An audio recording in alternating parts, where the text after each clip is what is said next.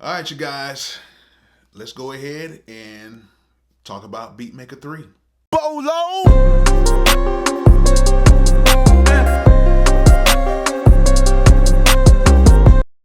All right, before we get started, make sure you like, subscribe, comment, and turn on those post notifications, and hit that thumbs up if you like the video, or hit that thumbs down if you do not like the video. Really doesn't matter to me. All right, so the past couple of videos I've been making beats on my MPC 25, not my 2500. I've been making beats on my MPCX, and I just wanted to kind of switch it up for a minute, but hey, I'm back on my iPad again. Now, I haven't upgraded my iPad yet, which some of you guys have already told me I should have did it already, but I'm just kind of being lazy about it.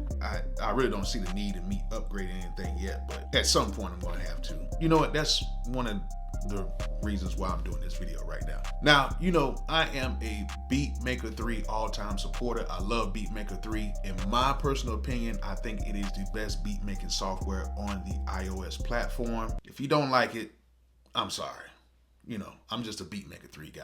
But there are some other great apps out there for you to make your beats on, but I just choose to like Beatmaker 3 more because it fits more of my style. However, there is a few issues that I must address, and some issues that have been addressed by upgrading your iPad. I haven't done that yet. But even if you did upgrade your iPad, there's still a few things that still has to be addressed. The number one thing I get all the time is, Bolo, when I make my beats, when I export them, they sound thin. Why they sound thin? What's going on? Well, this is the problem. In every program that we use, doesn't matter what app or whatever, it is all ran by zeros and ones. And when you put certain plugins on certain tracks, those zeros and those ones are affected. What I do when I make my beats is I try to use less plugins, because the more plugins you put on a track, you're not affecting the zeros and the ones. Yeah, this is kind of like a computer science type of a thing, but I took computer science. Yeah, it was a while back.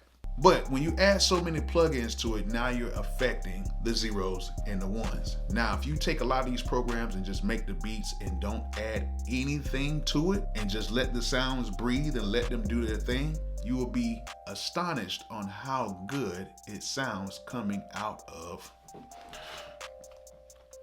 the iPad. But that's the issue. So why does it have to be like that? Well, it's just the programming. Different programs work differently with the zeros and the ones. But if you understand, plugins are there to enhance rather than trying to change the sound, then you'll see a huge difference on why things sound a little thin. Even though it's still going to sound kind of thin, because you're taking a sample and you're putting it through their internal sampler, which that's kind of messing with the zeros and the ones, and then you have to take that and convert that over into audio. So that's why sounds are kind of different when you actually import the audio to the track rather than using certain sounds through the sampler, because now you're messing with the whole zero and one thing. That's why certain things do not sound as big or as full as they sound, because they're going through something internally.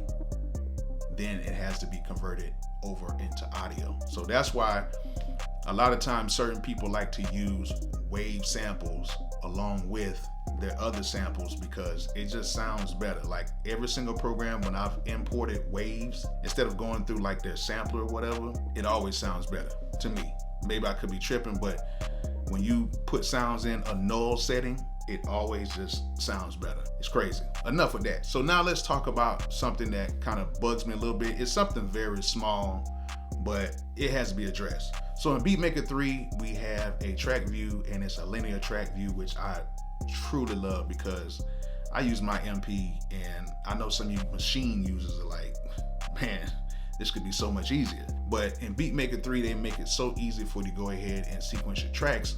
Only thing I don't like about it is you cannot copy and paste one track to another track. So say for instance, if I'm doing an 808 bass, if I want to copy that MIDI to another track, I have to do all type of workarounds just to do that. And everything else, I can just like click a button, like copy, go down to another track and paste and just do that I don't understand why they don't have that. I think that should be something that they need to seriously address in the next update, which I'm gonna get to that in a second. Another thing is, when I'm sequencing the track, say for instance, I have something on bar 1 through 5, and I wanna take 1 through 5 and I want to copy that over to like bar 33 without affecting everything else in the middle of the track that I'm building. Well, instead of me just like copying all of that and pasting it, I cannot do that. I have to actually go and like copy it twice and then kind of like drag it over and then like paste it and then like bring it back over to the front again, because they don't have like a tool to where you can just copy something and paste it over, which is kind of mind-boggling to me, to why you would have to do all that when that's something that should be fairly simple. Like, I think so, you know, I think that would be something fairly simple. Maybe they might, in the update, they might be able to do that. But other than that, the track view is still very decent, and you know, it works. You can do so much stuff in automation, all that good stuff. Like, I'm not complaining, but you know, some things can be just a tad bit better. All right, another thing that a lot of people are having problems with, and even me, myself, and I, because I like to do Beatmaker 3 videos, and the one thing that I truly hate about Beatmaker 3, well, hate is such a strong word. I don't think you need to hate anything, but one thing that I dislike about Beatmaker 3 is it likes to crash all the time. I don't understand what's going on with this crashing issue, which they are a lot more stable with Beatmaker 3, but now I'm starting to get reports of even the new iPads having problems with Beatmaker 3 crashing, especially with certain synthesizers, and this is no shade to any company, it's just, it is what it is. They're having problems with the D1 synth, and they're having problems with the pure synth not showing up in like when they're clicking on the certain plugins. They're having problems with the pure synth GUI not showing up, and they're having problems with the D1 when certain sounds are playing. Like, say for instance, you press play and everything is playing, and you might select the sound, the whole program would just cut out.